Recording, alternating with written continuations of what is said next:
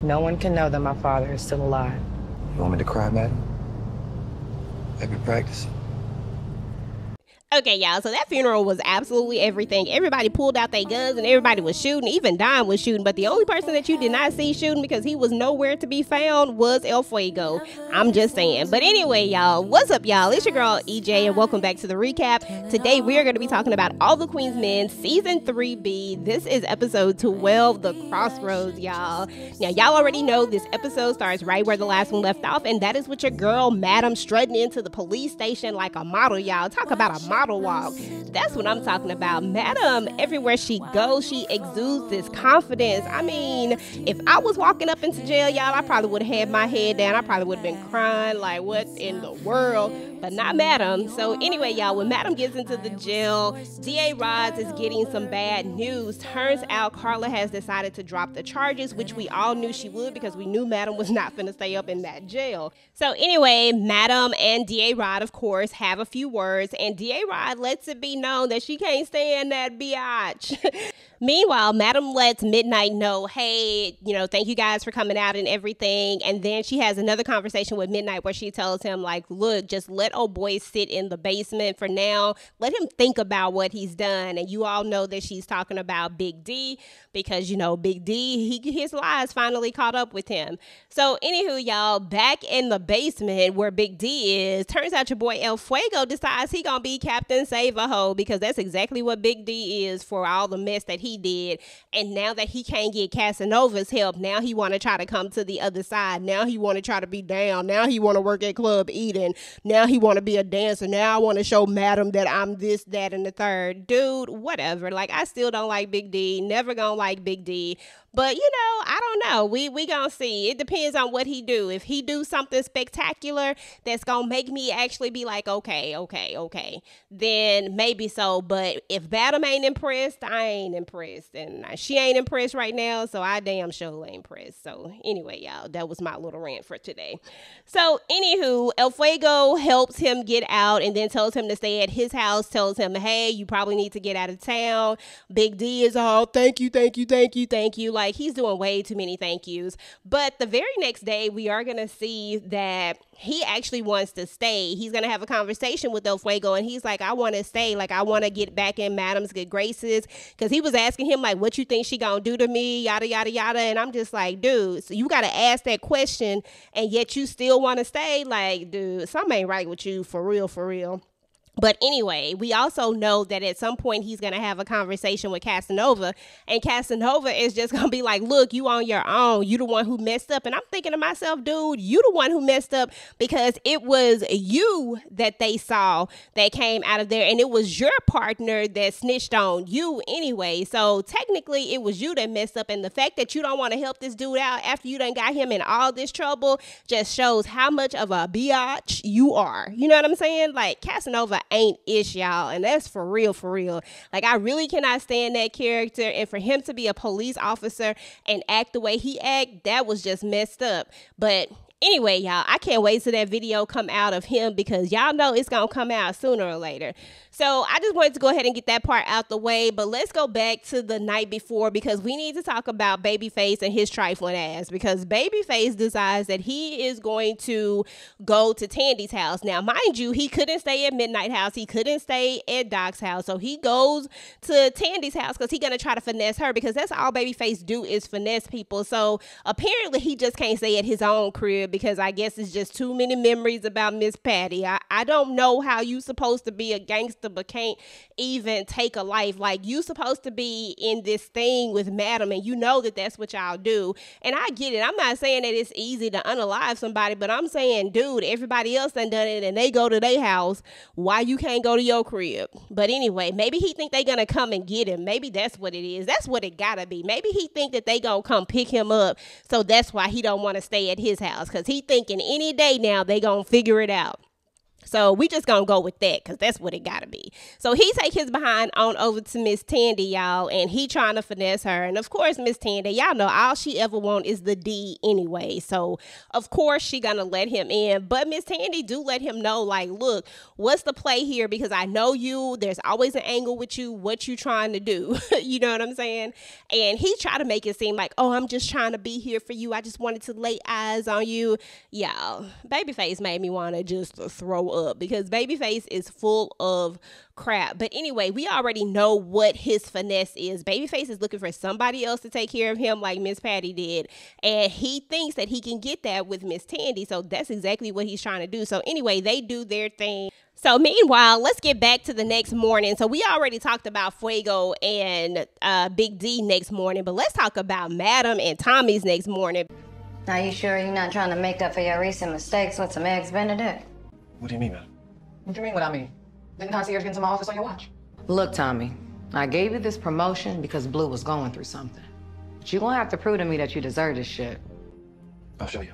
You better. If not, you will be reduced back down to cleanup guy / pussy eater / chef only.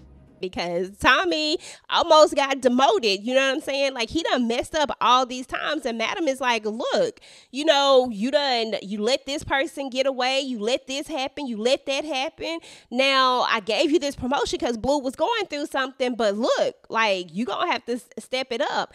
And she says, if he don't, he gonna have to go back to the cleanup and the professional cookie eater. I'm just saying, like, Tommy, I know you was not trying to get demoted, so you better get your stuff together, okay? So anyway, y'all, while they're having that conversation, there's another conversation being had with old Doc and Detective Davis, because y'all already know that she came over there for the vitamin D, and that's exactly what she got. Now, she says that she knows that the only reason why he's sleeping with her is because he's trying to get information from her to give to Madam. So as long as she know that, I guess it's all good. Now, she is just doing a little bit too much baby please begging for me. It almost feels like either she is trying to infiltrate into Madam's organization so that she can get back in good with, you know, the police, or she really is trying to flip. I don't know which one. I don't fully trust her at this point. Like, I don't trust her at all. I can't even say fully. I don't trust her at all. But she does say that her contacts say that they have eyes on the concierge. So she could, you know, be useful. And she wants Doc to make sure that he gets that information to Madam, because she is trying to be down. Yeah, I want to be down with... Okay, never mind. So anyway, y'all, so while that conversation is happening, Babyface is having his own little conversation with Miss Tandy. And like I told y'all, Babyface is always on a finesse. Always, always, always. So much that he done finessed his way into being able to stay there at least until Jack is back home. So I guess we shall see how that play out. So anyway, y'all, let's go ahead and talk about this funeral, because the funeral was everything. And I do mean everything. So once we get to the funeral, there was going to be a moment where Amp and Dime talk. And let me just say this, and you know, we're gonna say this real quick, because I do not care if Amp and Dime get back together or not. Would I like to see these two get back together? Maybe. Like, I'd be okay with it, but I just don't care one way or the other. I just care about Amp being Amp. I do like the fact that Amp seems to be accepting the fact that he is part of a criminal organization, but he don't have to, you know, drink and get high and wild out and do all of this other stuff. You know, he can be a little more functional. I do like that it feels like he's coming back to himself somewhat, but he is trying to apologize to Dime. She basically just tells him this ain't the time nor the place. And then your girl Madam comes strutting into this funeral, y'all, like coming strutting in like America's Next Top Model. Like, when I tell you that Madam just be like coming in, taking your attention, like, that's what she do. So anyway, y'all, she come up in there, her and Tommy, and, you know, everybody is giving their condolences. El Fuego even says, you know, even though, you know, what we got going on, I still want you to know that, you know, you're in my thoughts or whatever. But when Trouble tried to talk to her, y'all, she just walked right by Trouble, didn't even acknowledge her, like, not even one single bit. Dang, Trouble. So anyway, your girl Carla shows up to the funeral, y'all, with the whole thing around her neck and everything, and she is just doing the fool. And then we find out that, you know, Daddy Cadillac visited her as well in the hospital, which is the reason why the charges are dropped, of course. And now she want to be down with Madam. Now she want to have her back. Now she want to, you know, she want her to put her on. And I'm just like, can you even be trusted? Like, I literally do not trust Carla at all. But at the same time, I feel what Cadillac was saying, that these two are so much alike that that's the reason why they don't get along, and that maybe she can, you know, at some point, you know, maybe we can test her out, but I don't know about that right now. But it would be interesting to see these two try to work on the same side. I don't know. She probably gonna need all the help she can get with the concierge, but I don't know if Carla is it though, y'all. Let me know what y'all think about Carla. Is Carla to be trusted? Should Madam accept Carla into the fold and, you know, put her to work? Or do y'all think that Carla is just full of it and we should just let her do what she do? So anyway, y'all, Carla is up there giving the eulogy. And like Madam said, I don't know how the heck she rolled in here, but somehow stepped up on that platform and was able to get up there and talk. But the most interesting part about the funeral was that you're going to see like FBI agents all around. Now, I personally think that these are not real FBI agents, of course. I think that they are Tommy's people because he does say that he got people all around. And I think that they're just dressed like that, you know, because they need to blend in or whatnot. So that's what I personally think. But I really don't know, but I just thought it was funny because all these FBI jackets are there. And then we're going to see a helicopter swoop in. Madam has been saying how uneasy she has felt all this time and how she knew he was going to strike then. And of course he does. He is shooting up the spot. Y'all should have seen the way Carla was running, trying to get down from there. And I'm like, girl, I thought your neck was hurt.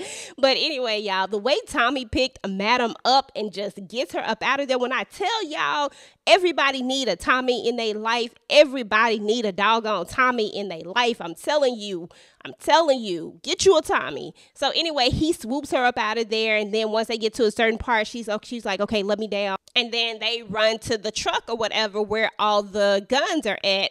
And everybody gets a gun, even Dime, Amp, you know, Babyface, like everybody has a gun. They're all shooting, of course, except for El Fuego, y'all. I don't know. El Fuego done ran his ass off somewhere else, but he definitely is not helping. So, you know, there's that. So after everybody shoots and everything, Madam is just like, dang, I'm done with this funeral. And she tells them to get everybody out of there. So anyway, y'all, let's talk about back at the club. So what's his name is going to end up visiting the club. Big D actually showed up at the club and tries to convince Madam that he is no snitch. She actually lets him keep his job and tells him that he is now her informant and that he is going to feed her the information from the police. He agrees because, I mean, of course, Casanova done already turned on him, but I feel like Casanova is going to think that that's going to be kind of fishy because Madam actually already did that with Casanova as well. So anyway, I guess we shall see how that works out. So, oh yeah, he did get demoted, y'all. He is now in the amateur room. So there's that. Now, it was funny that Amp and Babyface were all happy when Midnight said that Big D probably wasn't going to be showing up no more. They was like way too hyped for that. So anyway, we're also going to have a conversation between Trouble and Madam. And Madam say, look, listen, you got to do better, basically. So Trouble's punishment ends up being that she has to give up the bag completely. She still don't have an answer for why she did what she did, but I guess she do have an answer. Her answer is that she didn't think Tandy was going to say nothing, and I guess it is what it is. She didn't think Tandy was bold enough to go talk to Madam. So anyway, Madam just tell her that, you know, that's not loyalty, but she let her keep her job, but she do have to give up the money at the end of the day. So anyway, y'all, moving on to another big moment was the arrest of Champ and Trouble.